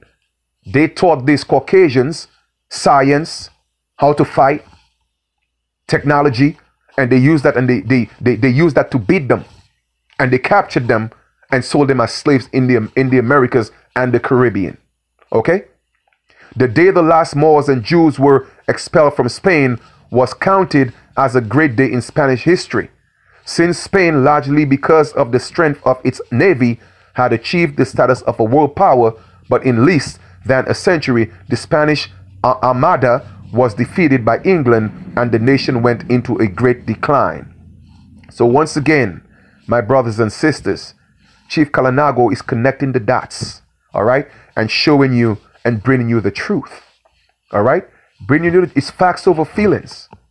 I'm not here to talk about opinion. I'm giving you the information that you could research yourself. Don't believe me. Don't believe me. Okay? So here we are. Now you see the connection. How these people came into our land. So we know the story of Columbus. We know that we were already here. When they came, they called us the Indians. So now we are stepping now into current times. Okay? So we went over, I showed you the connection, proving to you that these people were connected. They intermarried, all right, until they taught these pale people the culture, taught them civilization, okay, taught them, strategic war tactics, taught them math, taught them navigation, and they used that and beat them, defeated them, enslaved them. Some went back to Africa. Okay, West Africa. That's why you have a lot of these Nigerians today. A lot of the original Nigerians are actually Portuguese. They're from Portugal. All right, because they had to leave, because some of them were not captured. They left on their own free will, and those that were captured were brought into the Americas and into the Caribbean. So when they talk, oh, we are Moors and we are Aboriginals, no, y'all are not. Y'all are not. You may be considered indigenous, but you're not Aboriginal. You're not the original people of the land. We are, not you. Okay? And once again, I'm not saying this to separate us. No, I'm saying this to tell the truth. Putting all this in perspective with facts. Okay? Because at the end of the day, we all are being colonized and oppressed by the mistakes of these Moors. We are the ones. We are also here paying for their mistakes, for sleeping with those Caucasian women, okay, and bringing them to our land. You feel me? All right. So let us continue here. We up to King James, so we know who King James VI. We know he's the same as King James of England, who actually came here into the Americas. All right, y'all gonna learn today. Y'all gonna learn today. So right now, what I'm gonna do is I'm gonna get into how all this ties in. All this ties in. We're a little over an hour right now. I'm excited. I hope you guys are still with me, brothers and sisters. Share the information. This is very important because we have to put this in perspective. All right. So here I have some other notes that I put into in play here. All right, bringing all this right now into fruition, into a 360, and proving to you that the United States is still a colony of Great Britain. They didn't win that American Civil War. Nah, the American War, nah, they didn't win that. All that stuff is propaganda, and I'm gonna prove it to you today. Okay, so if you go look at the flag of Morocco, you will see what it looks like. Go look at the flag of Morocco. You will see what it looks like. All right? Go look at the flag of Morocco. And that's what these Moors represent. They're subjects of Morocco. They're Africans. All right? They're descendants of those people when you call yourself a Moor. So we have to make sure that the truth is told. All right. Now, here we are. America is still under British rule / England through. Now, that's just personal notes that I've acquired. So you wouldn't find that in, beneath the video. You wouldn't find that. However, based on what I'm telling you, you could research it. OK, and all what I have mentioned thus far, it will all come into a 360 and it will make sense. OK, King James I. Now, remember King James I. You remember who King James I is? King James I is also King James I of England is also King James VI of Scotland, the King of Scotland. All right. So he was the King of Scotland as King James VI. And that was from July 24th, 1567. And then the King of England and Ireland as King James I. So you see, brothers and sisters, how I tied all this together. Okay. And that was the same man that wrote the Bible, all right, as the King James, into the King James Version. So I hope all this is making sense right now. All right. I hope it's making sense right now. King James I was not only famous for changing the Bible into the King James Version, but he was known for signing the first charter of Virginia in 1606. The first charter of Virginia in 1606. Now, let us go look at this first charter right here. And that's going to be in the link below in the description. All right, brothers and sisters, I'm dropping this thing today. All right, we are going into his story. We're going to put it in perspective. All right, we're going to talk about our story and see how our story got caught up in his story. And it was so easy to perpetuate the lie. And it's so easy for these Moors to lie to you and tell you they are the Aboriginals, or we are all Moors. No, we are not. They came here as slaves, okay? Some of them on their own free will, and a lot of them as, you know, what not, the term slave wasn't slave, but it was sort of like servitude. You come into this land, you work for a period of time of 7 years, you get some land, blah, blah, blah, blah. You know the story, okay? So let us look at King James the First, where he also signed the first charter of Virginia. So now we're looking at the Virginia Charter of 1606, and that was April 10th of 1606. We're going to read a little bit here, okay? All that stuff is going to be in the link below. This was the first royal charter issued for the planting of a colony in America, okay? This was the first royal charter issued for the planting of a colony in America. Charters were usually issued to private trading companies, as in this case, or to proprietary lords. There goes your lords in your Bible. The charters laid out boundaries, defined the relationship of the colony to the crown, okay, to the crown, and provided for a government. In this first charter, the government consisted only of a council. Subsequent charters for Virginia in 1609 and 1612 established the office of the governor. By 1619, in accord with a document called the Great Charter of 1618, elections were held, and the first representative legislature in American history met at Jamestown. Okay? The enduring significance of Virginia's first charter lies in its provisions that the colonists and their descendants shall have and enjoy all liberties. You hear that? Or the charters, they laid out the provisions, all right, that the colonists and their descendants shall have and enjoy all liberties, franchises, and immunities, as if had been abiding and born within this our realm of England. So you hear that? So they're saying that in all the colonies, they would have the right, okay, for all the descendants, the colonists and their descendants shall have and enjoy all liberties, franchises, and immunities, just as if they had been abiding and born within their rule in England. All right. Later charters for Virginia contained similar clauses.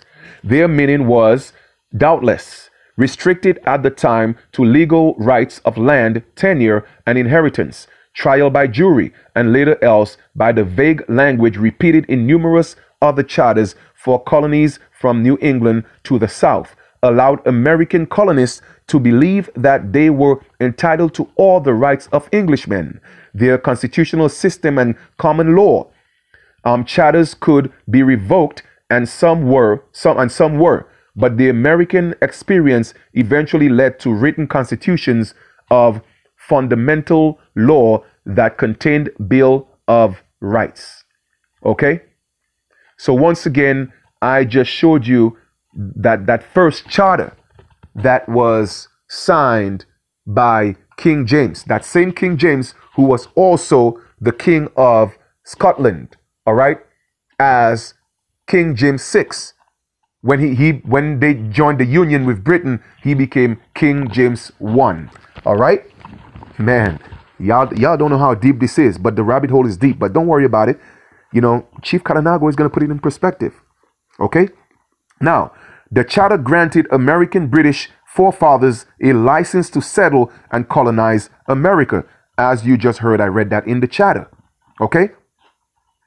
The charter also guaranteed that the future kings and queens of England would have sovereign authority over all the citizens and colonized lands in the America stolen from the Indians, which is us. Our ancestral lands were stolen. I don't care what nobody talking about treaties. Those treaties were ratified, and those treaties are not the treaties that our ancestors signed. So now you have all these so-called, you know, indigenous Aborigine dudes on YouTube. Oh, well, if you don't know about treaties and your family is not about treaties, then man, listen, y'all speaking colonized verbiage. All right. They haven't honored any treaty that we signed. So don't tell me you got a treaty with them. That means if you have a treaty with them and you're recognized by them, that means you're subjected to them. So I don't want to be a part of that. I ain't selling out my ancestors. Okay. But they stole our lands. All right. After America declared its independence from Great Britain, the Treaty of 1783, the Treaty of Paris was signed. Now, the Treaty of Paris was signed. Let us go look at the Treaty of Paris. All that stuff is going to be in the link below. I'm taking y'all on a journey right now. And I want you to envision everything that I'm talking about. If you miss anything, do me a favor. Go back. Take your time. Okay? Read this again. Listen to it again. Do the research. All right? Do the research. The Treaty of Paris of 1783 formally ended the American Revolutionary War. American statesmen Benjamin Franklin, John Adams, and John Jay negotiated the peace treaty with Great Britain. In the Treaty of Paris, the British Crown formally recognized American independence and ceded most of its territory east of Mississippi River to the United States, doubling the size of the new nation and paving the way for westward expansion. In the fall of 1781, American and British troops fought the last major battle of the American Revolutionary War in Yorktown, Virginia. A combined American and French force led by George Washington and French General Comte de Rochambeau completely surrounded and captured British General Charles Cornwallis and about 9,000 British troops during the siege of Yorktown. When news of British defeat at Yorktown reached England, support for the war in America faded in both the British Parliament and the public.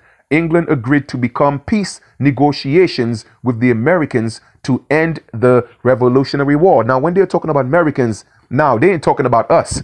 They're talking about the colonizers who came here and took our place, coined themselves Americans, because we had nothing to do with all these negotiations. All right. None of that. Peace negotiations. After Yorktown, the Continental Congress appointed a small group of statesmen to travel to Europe and negotiate a peace treaty with the British. John Adams, Benjamin Franklin, John Jay, Thomas Jefferson, and Henry Lawrence. Jefferson, however, was not able to leave the United States for the negotiations, and Lawrence had been captured by a British warship and held captive in the Tower of London until the end of the war. So the principal American negotiators were Franklin, Adams, and Jay. All right, let us continue here. Give me a second. Okay, where we at? Where we at? Man, come on, come on, come on.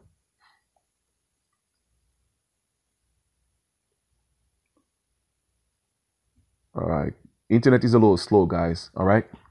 Franklin, who served as America's first ambassador to France, had been in Paris since the start of the Revolution and was instrumental in securing French assistance during the war. Peace negotiations between British and American diplomats became there in the spring of 1782 and continued into the fall. The British wanted to end the costly war, but peace negotiations stalled when England wouldn't recognize United States independence, a point on which the American delegation refused to budge. After the election of a new, more pro-American parliament, Great Britain soon gave in and accepted terms of American independence. Treaty of Paris terms. In 1782, the newly elected British Prime Minister, Lord, there goes your lords in your Bible, Shelburne, saw American independence as an opportunity to build a lucrative trade alliance with the new nation without the administrative and military cost of running and defending the colonies. Okay, as a result, Treaty of Paris terms were very favorable to the United States, with Great Britain making major concessions. The treaty, signed by Franklin Adams and Jay at the Hotel de York in Paris, was finalized on September 3rd, 1783, and ratified by the Continental Congress in early 1784. In it, Great Britain finally gave formal recognition to its former colonies as a new and independent nation, the United States of America. Now let's continue now. The treaty also secured fishing rights to the Grand Banks and other waters of the British Canadian coastline for American boats, opened up the Mississippi River to navigation by citizens of both the United States and Great Britain, resolved issues with American debts owed to Great Britain's creditors, provided for fair treatment of American citizens who had remained loyal to Great Britain during the war. Northwest Territory. Give me a second here. Like I said, I'm in the country, so the internet is acting a little slow. Northwest Territory. Perhaps as important as U.S. independence, the territory of Paris also established generous boundaries for the new nation. As part of the agreement, the British ceded a vast area known as the Northwest Territory to the United States. Moving on, just waiting for this thing to catch up. Come on. All right. The Northwest Territory, which included the present-day states of Ohio, Michigan, Indiana, Illinois, Wisconsin, and parts of Minnesota, doubled. Oh man, hold up, my battery. Give me a second, guys. Let me just put my charger. Battery about to. Oh, we can't have that. There we go. Boom.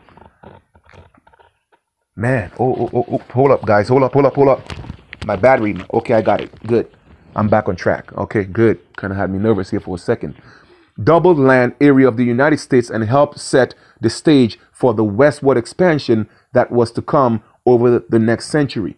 Peace of Paris. In addition, the American colonists, other nations including France, Spain, and the Netherlands, fought against the British during the American Revolution. Alongside the Treaty of Paris, Great Britain signed separate peace treaties with each of these nations in September 1783. In the treaties known collectively as the Peace of Paris, Great Britain returned to Spain parts of Florida, that it had won in the last Treaty of Paris. Spain had ceded Spanish Florida to the British Empire in 1763 at the culmination of the French and Indian War. Treaty of Paris aftermath. Though the Treaty of Paris 1783 formally ended the war for independence between the America and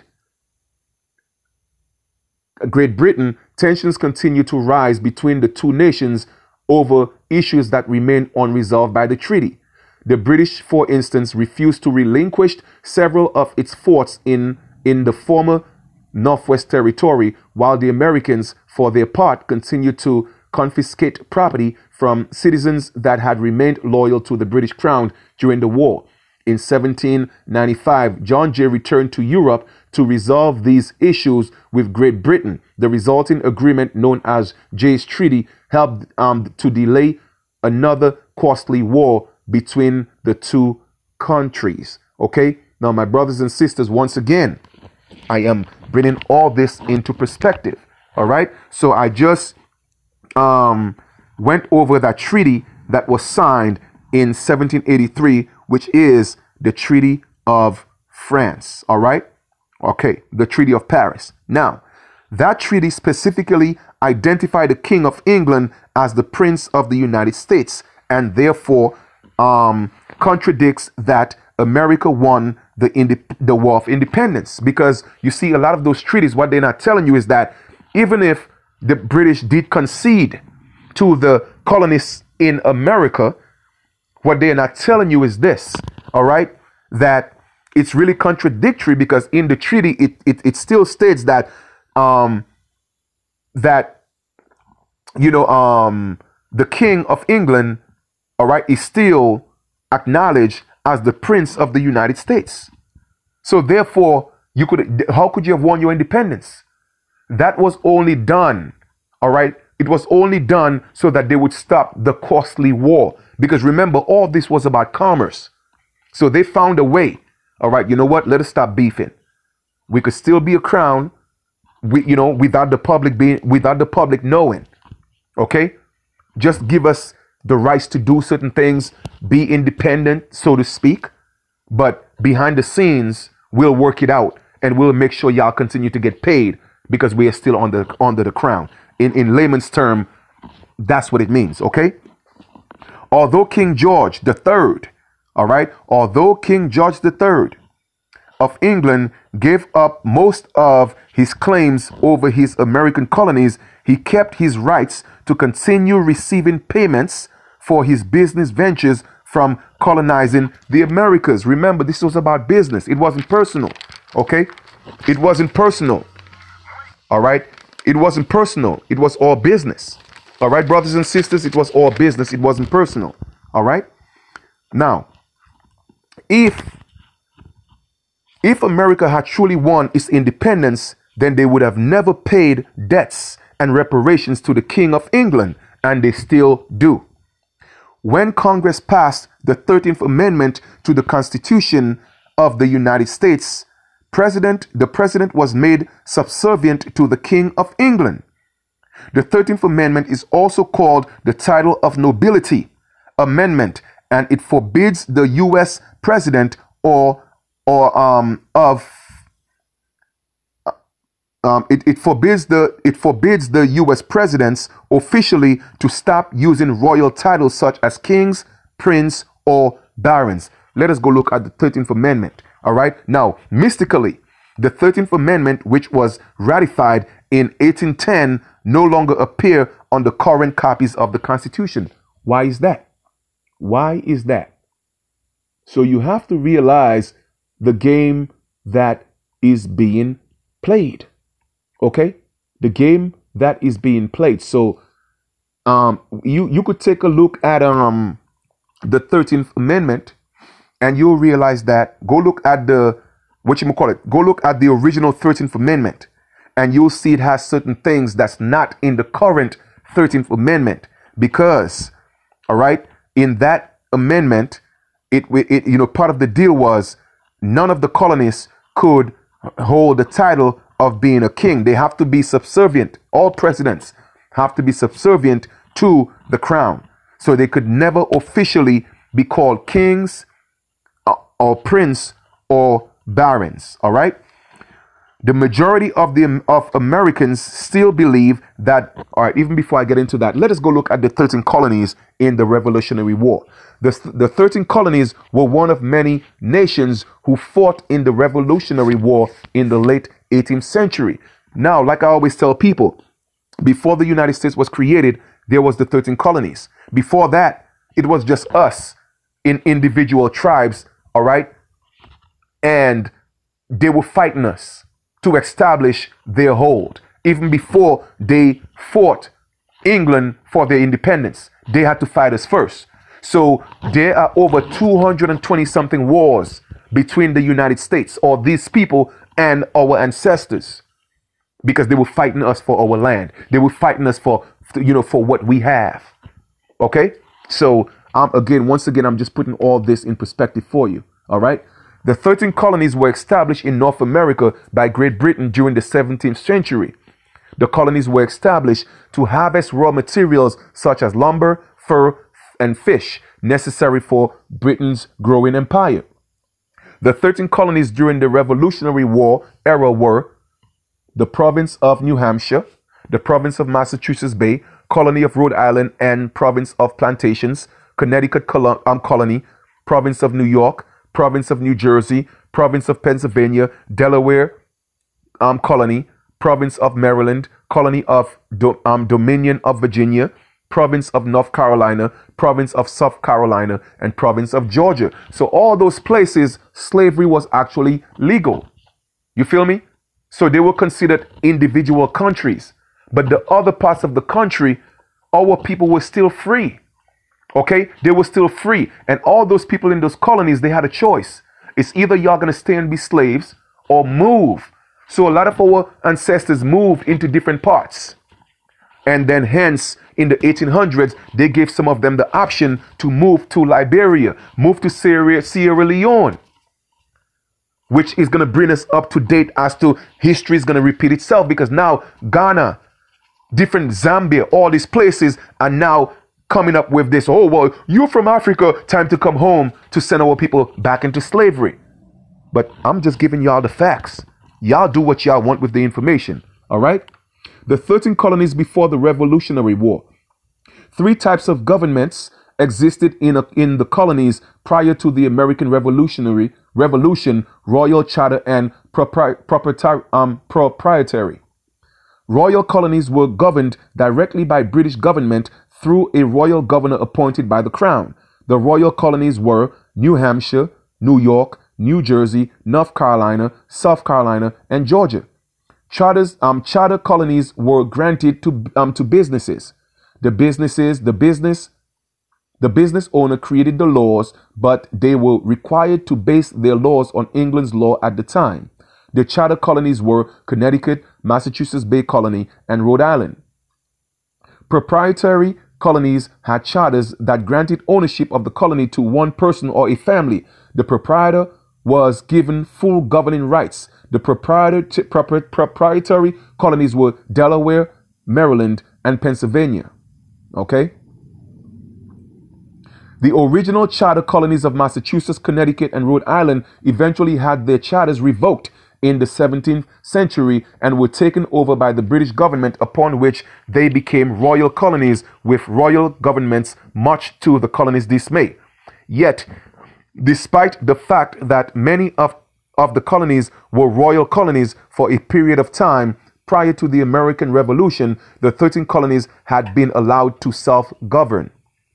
This was due to what is now known as the policy of salutary neglect, which was based on the premise that if the colonies were left alone, they would flourish and Great Britain would reap the benefits in increased trade, tax revenue, and profits. You hear that? Tax revenue and profits. Brothers and sisters, I'm bringing all this to light today. Okay? It was during the period of salutary neglect that the colonies learned to self-govern, which helped the colonies develop their sense of independence and self-sufficiency. The policy of salutary neglect was in the place for many decades, from early to mid 1700s until the end of the French and Indian War, when the British government found itself in desperate need of funds to pay off the war debt and to cover the cost of the large number of troops it had sent to North America to protect the new land it had owned or it had won. The 13 colonies during the Revolutionary War. The American Revolution began after Great Britain passed a series of new taxes designed to generate revenue from the colonies in 1763, help pay off the war debt. The new taxes were met with a lot of resistance from the colonists because they felt the government didn't have the right to tax them if they didn't have representation in Parliament, and feared that the new laws were just the beginning of even more infringements on their rights. The colonies believed governments existed to serve and protect the rights and interests of us people, not to serve and protect its own interests. So when the British government began passing laws that seemed to serve its own interests rather than that of the people, it was met with much disapproval in the colonies. The colonies boycotted, protested, and even rioted over the new laws. The British government responded to the rebellion by sending British troops to the colonies to restore order and enforce the new laws, but the increased military presence only escalated the conflict. The conflict came to a head in April of 1775 when British troops searching for colonists' hidden ammunition supplies, engaged with American militia in the first battles of the Revolutionary War in Lexington and Concord. In response to the battles, the colonists formed the Continental Army in June of 1775 to help them fight the British Army.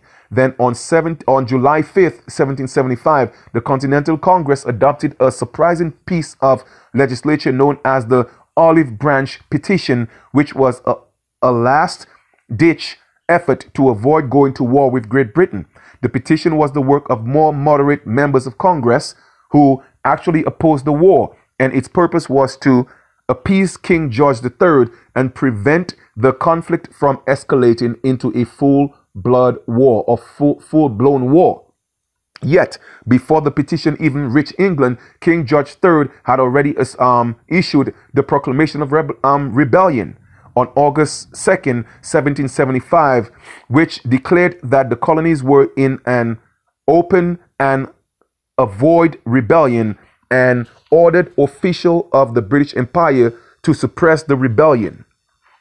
When the petition did reach the king later that month, he refused to read it and immediately rejected it. On October 27th, 1775, King George spoke at Parliament and stated that he intended to deal with the colonial rebellion with armed force and ask for assistance from foreign governments. The proclamation and the king's vow to fight the rebellion with the armed forces destroyed any hope of avoiding an all-out war and made it clear that the king was not interested in finding a way to resolve the dispute peacefully. All right. So on July 4th, 1776, the 13 colonies declared their independence from Great Britain. This declaration finally allowed for the United States to be officially recognized by friendly foreign governments such as France, who refused to consider the possibility of an alliance without it. On September 9th, 1776, the Continental Congress officially changed the name of the 13 colonies from the United Colonies to the United States of America, and that happened on September 9th, 1776. Okay, and then you have, of course, Join or Die. Join or Die was the political cartoon about the need of the colonial unity during the French and Indian War by Benjamin Franklin, circa 1754. Each section of the snake represents each region of the North colonies. The cartoon was later repurposed during the Revolutionary War to unite the colonies against Britain. So you see, their slogan was Join or Die. And you see, that's the mindset that we have to adopt as a people. You feel me? It's either we're going to unite or die, because it's coming. All right? Another war is coming. It's inevitable, because a couple of things are happening. These Caucasians are waking up to realize the truth, and they don't like to be enslaved. It's only a lot of our people who like to be, yes, massa, massa this and massa that. The pale people don't like being enslaved because they know what happened to them. They know that they were the white cargo. They know that they were the first slaves that came into the Americas. They know this. They know their history. You are the only one who don't know. All right? As the war raged on, the American economy began to suffer due to the decline in trade industry brought about the British blockade of the American ports. The colonies had to rely on European loans to help pay for the war effort. France, Spain, and the Netherlands lent the United States over $10 million. Because the Continental Congress didn't have the authority to tax colonists, it printed paper money at a rapid pace to help pay the war effort. As a result, the colonies experienced severe inflation and depreciation of continental dollar. Okay? On November 15, 1777, the Continental Congress adopted the Articles of Confederation, the first constitution of the United States, but the United States did not ratify them until March 1st, 1781. In February of 1778, France finally joined the war as an ally to the American colonists. Then in 1779, Spain joined as an ally of the French. In 1780, the Kingdom of Mysore joined as an ally of the French. And in 1782, the Dutch Republic joined as an ally of the American colonists. The war shifted to the southern colonies after 1778 and eventually spread across the world to India, the West Indies, and Europe, and as various countries joined the war effort. In February of 1782, after a long and costly war, Parliament voted to concede American independence. This started 2 years of peace talks between Great Britain and the United States, which resulted in the Treaty of Paris of 1783, which I already went over with you guys. Okay, once again, I'm just solidifying all the information that I'm giving you. All right. Now, the 13 colonies after the Revolutionary War, the fledgling United States was in a chaotic state after the Revolutionary War. The period after the war was characterized by economic depression and political crisis. The 13 states at the time were ruled by Confederation government that was only unified by the Articles of Confederation. Each state remained sovereign and could govern its own way. Congress didn't have any power to tax or regulate trade, and there were no executive or judicial branches in the government to enforce the laws. In other words, it was a republic. As a result, the government couldn't generate revenue to pay its massive war debt. Without a strong central government to regulate trade, trade between the United States suffered due to restrictive state tariffs and commercial regulations.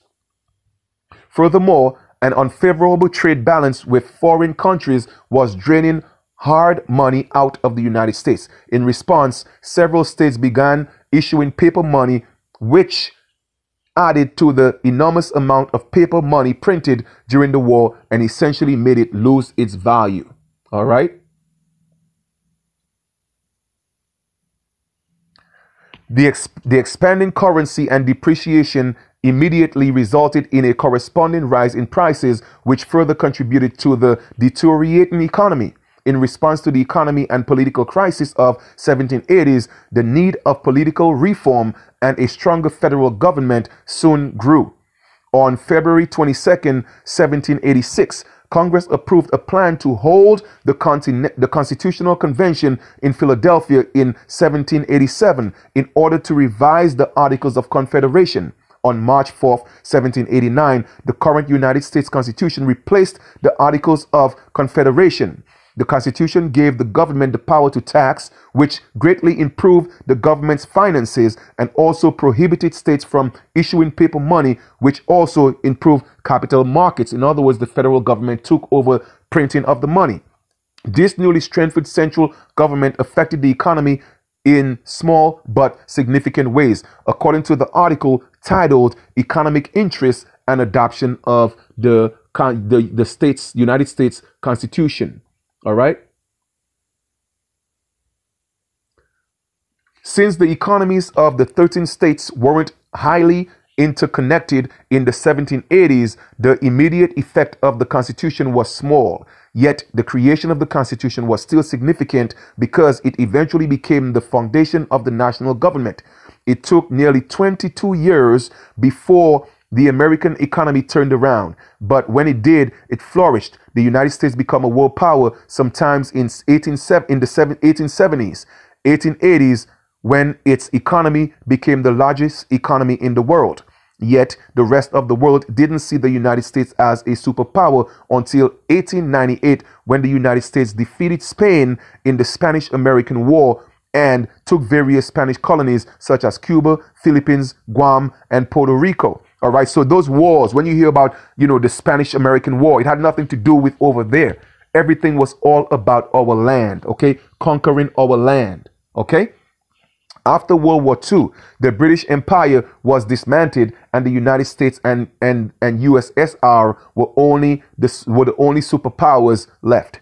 After the collapse of the Soviet Union in 1981, Russia lost its superpowers status, and the United States has since remained the sole global superpower. All right. So brothers and sisters, all that's going to be in the link below. I'm just connecting the dots for you so you could see exactly what's happening and why we're in the situation that we're in. Now, the majority of Americans still think that the federal government or the Fed or the Federal Reserve is the government, but it's not.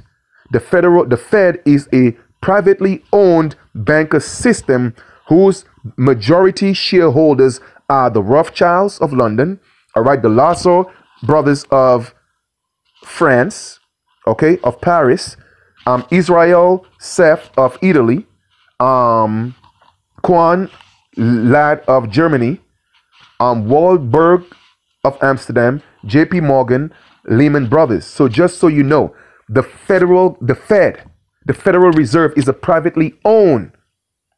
It's a privately owned business. Okay? This private banking cartel, it's a private banking cartel, is the Fed, and is never audited and never pays taxes. All right? They print money and design the US currency, which displays symbols and words "in God we trust." The question remains is, who is exactly the God that they trust? You know who the God that they trust is? The Lords of England. Because the United States is still a colony of England. The Lords. All right? So if y'all don't want to wake up and see what's going on and realize that y'all need to get out of this, because these pale people, these Caucasians are getting ready to rise. That's why the federal government want to take their guns away. But they're not having that. They're not having that. It's only our people that it seems like they don't want to see what's going on. And not all of us, you know what I'm saying? Because if it was all of us, I wouldn't be doing this. All right. They also collect American workers' tax money through the IRS. Then they loan it back again with interest to pay for roads, bridges, and other public works. So your taxes that they take, okay, they loan it back to the government with interest. All right, to build roads and all that, while the money that they tax you is going back to the crown. Okay, like I said, all that stuff is optional. But you want to pay taxes? That's when you go ahead. You want to be subject, right? All right. American presidents are hand-picked and financed by these special interest power groups. So for all those of you who think going to a poll and vote is giving you the presidency, no. They already picked their next president. The bankers already picked their next president. They are hand-picked. Okay? Your vote don't mean a damn thing. All right? Typical example, like George W. Bush and John Forbes Kerry, whose initials are also JFK, is a member of Yale University's Skull and Bones Brotherhood. The Forbes part of John Kerry's name identify his descendancy from Captain Robert Bennett Forbes, who was a drug runner for the Rothschilds' opium drug trade with China in the 1800s. Go research all what I'm saying. You don't have to believe me. All right? Most U.S. citizens believe that the U.S. is a country and that the president is the most powerful man on earth. The United States is not a country. It is a corporation, and the president is the president of the corporation of the United States. Okay? Y'all think y'all are citizens of a country, huh? No, you're not. You are citizens of a corporation. All right? He and his elected officials work for the corporation, not for the American people. Since the United States is a corporation, who owns the corporation of the United States? That's the question. It is the bankers, the crown. Okay? The crown own the United States, Inc. All right? Just as Canada and Australia, whose leadership are prime ministers of the Queen and whose land is called Crown Land, the United States is just another colony and the land is still crowned land. So my brothers and sisters, here it is. Okay? Here it is.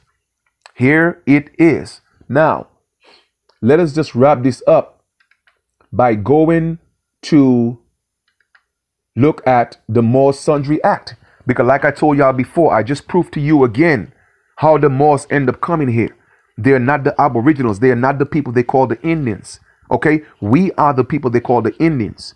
All right? The Moors came here, some of them voluntarily as, servitude. Some of them came involuntarily as what they call slaves. It doesn't mean that we were not trading with them in prehistoric America. It doesn't mean that. But I'm talking about the influx of Moors who came here. A lot of them came here as slaves. They were not here already. Okay? They were not here. Now, I'm going to show you, just to solidify what I'm saying, I'm going to show you, let's look at the Moor Sundry Act, because a lot of these Moors always talk about, we got the Treaty of Peace and Friendship for Morocco. No. The only reason why that treaty was signed is because of commercial purposes, for commerce. When the British, all right, were trying to bring their imports into the Americas or into the United States, okay, the war was high, and the pirates because if you look at the map, you'll see Morocco is right next to the Americas, okay. So they were preventing them from bringing their goods or exporting goods, period. So they signed a treaty with the United States, okay, to create peace so that their merchandise wouldn't be seized, but they had to pay a tariff, taxes on that. They had to pay the Moroccan government taxes, okay? And then their subjects that were here, that was already in Spain when they were ruling, but they lost their rule. Some of them went back to West Africa, and a lot of them came here as slaves. So the subjects that were here, they didn't want to be treated as Negroes. All right? They didn't want to be treated as the indigenous people that were already here, that were labeled as Negroes, because they knew they were different from us. So the Moor Sundry Act was signed in 1790. And I'm going to read it to you right now. The Moor Sundry Act of 1790 was a 1790 advisory resolution passed by South Carolina House of Representatives, clarifying the status of free subjects of the Sultan of Morocco, Mohammed bin Abdallah. Okay, free subjects. So they were free subjects of Morocco. So that could have been, they didn't come here as slaves. They came here probably to do business. Okay? But they got captured. They became slaves anyway. So the Moor Sundry Act, all right, it had to be passed, all right? The resolution offered the opinion that free citizens of Morocco were not subject to laws governing blacks and slaves. You dig? Blacks and slaves. So the Moors wanted to, even if they were of the dark skin complexion, they wanted this status. They didn't want to be treated as the so-called blacks or so-called slaves. You feel me? Now, the petition from the Sundry Free Moors. On January 20th, 1790, a petition was presented to the South Carolina House of Representatives from a group of 4 individuals who were subjects of Morocco, emperor and reside of the state. They desired that they happened to commit any fault amenable to be brought to justice, that as subjects to a prince allied with the United States through Moroccan-American Treaty of Friendship, they would be tried as citizens instead of under the Negro Act. All right? So what is that telling you? They knew that they were not the so-called Negroes, that they labeled us as Negroes. Okay? That labeled us as so-called Negroes. You feel me? They wanted to be treated as citizens of the United States because of the Treaty of Peace and Friendship. So don't try to trick my people and say we are Moors. No, we are not Moors. Okay? Y'all came to our land. The Free Moors, Francis, Daniel, Hammond, and Samuel, petitioned on behalf of themselves and their wives Fatima, Flora, Sarah, and Clarinda. They explain how some years ago, while fighting in defense of their country, they and their wives were captured and made prisoners of war by an African king. After this, a certain captain of clock had them delivered to him, promising they would redeem redeemed by the Moroccan ambassador residing in England and returned to their country. Instead, he transported them to South Carolina and sold them for slaves. You hear that? Sold them as slaves. So yes, the Moors came here as slaves. The influx of them, the majority of them. Since then, by the greatest industry, they purchased freedom from their respective masters. They requested that as free-born subjects of the prince in alliance with the U.S. Once again, the Moors got in bed with the United States with alliance that they should not be considered subjects to a state law then in force known as the Negro Law. All right? They didn't want to, because the Indians at that point were being labeled as Negroes. The same Negroes who also came from Guinea. If they were found guilty of any crime or misdemeanor, they would receive a fair trial by lawful jury. The matter was referred to a committee consisting of Justice John Faucherod, Grimke, General Charles Cotsworth, Pinckney, and Edward Rutledge. Free Moors Petition Committee report. Edward Rutledge reported from the committee on the petition on the same day, and the House agreed to the report, which read as follows: this, they have considered the same and are of opinion that no law of this state can, in its construction or operation, apply to them, and that persons who were subjects of the Emperor of Morocco, being free in the state, are not triable by law for the better ordering and governing of Negroes and other slaves. Because the report was not forwarded to the state Senate of concurrence, it did not have the force of law, but served as an advisory opinion offering the state of the House. The report was later published in Charleston City Gazette and the Charleston State Gazette of South Carolina. Okay, so that was the Moors Sundry Act. So in essence, the Moors wanted to be treated differently. All right. So once again, I'm proving to you that Moors are not aboriginals of the land.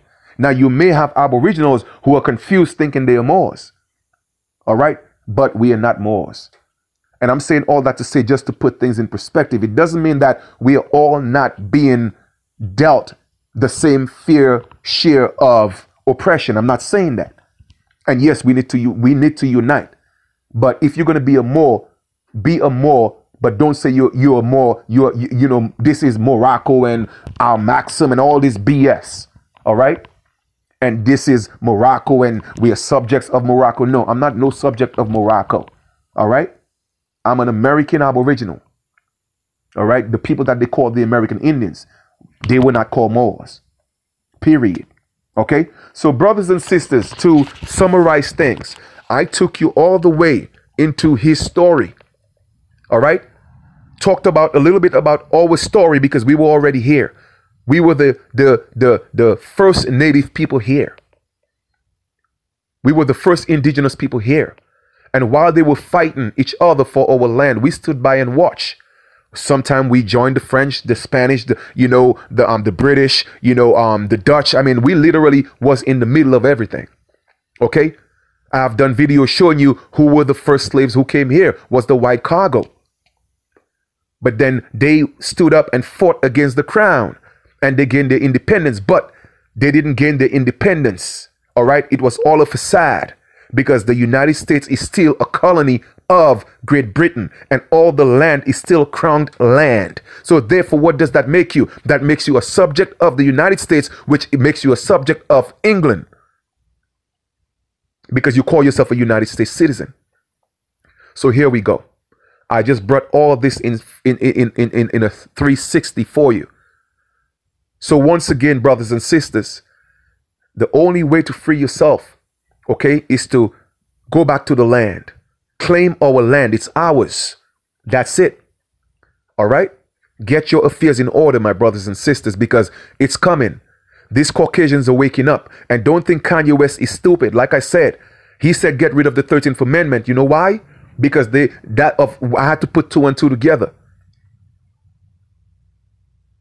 It's all a code word. It's code. But the Caucasians, they understood the code because now they love Kanye West. Kanye West is their hero. They even got him on t-shirts right now because they understand it. They speak in code languages. Okay? It's only you so-called Negroes and black people who don't get it. You don't get it. But they're setting up right now to go up and fight the same way they stood and fought against England. They are getting ready to go fight against the federal government because they know that they are bankers. That's not a real government. If they are bankers, it's a private business that's taxing you. And you're calling yourself a citizen of a business. That's why they could do what they want with you. That's why they had to create this fake, birth certificate for you. All right. And give you a new identity. You have to give up their names and come back to the land. This is what this is all about. But one thing, like I always say, Chief Kalinago is always one step ahead because my ancestors are guiding me through this. All I could do is drop the information for you, give it to you. At the ending of the day, you do what you want with it. All right?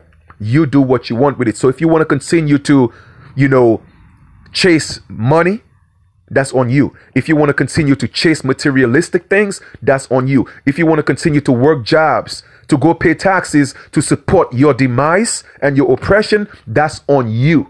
Because you're working, you're paying taxes, and they're using those taxes to oppress you. Okay? They give you $15, $20 an hour. Guess how much they're making an hour on you? $200, $300 an hour on you. Okay? They're about to crash this whole it's about to fall. And guess who's going to set it off?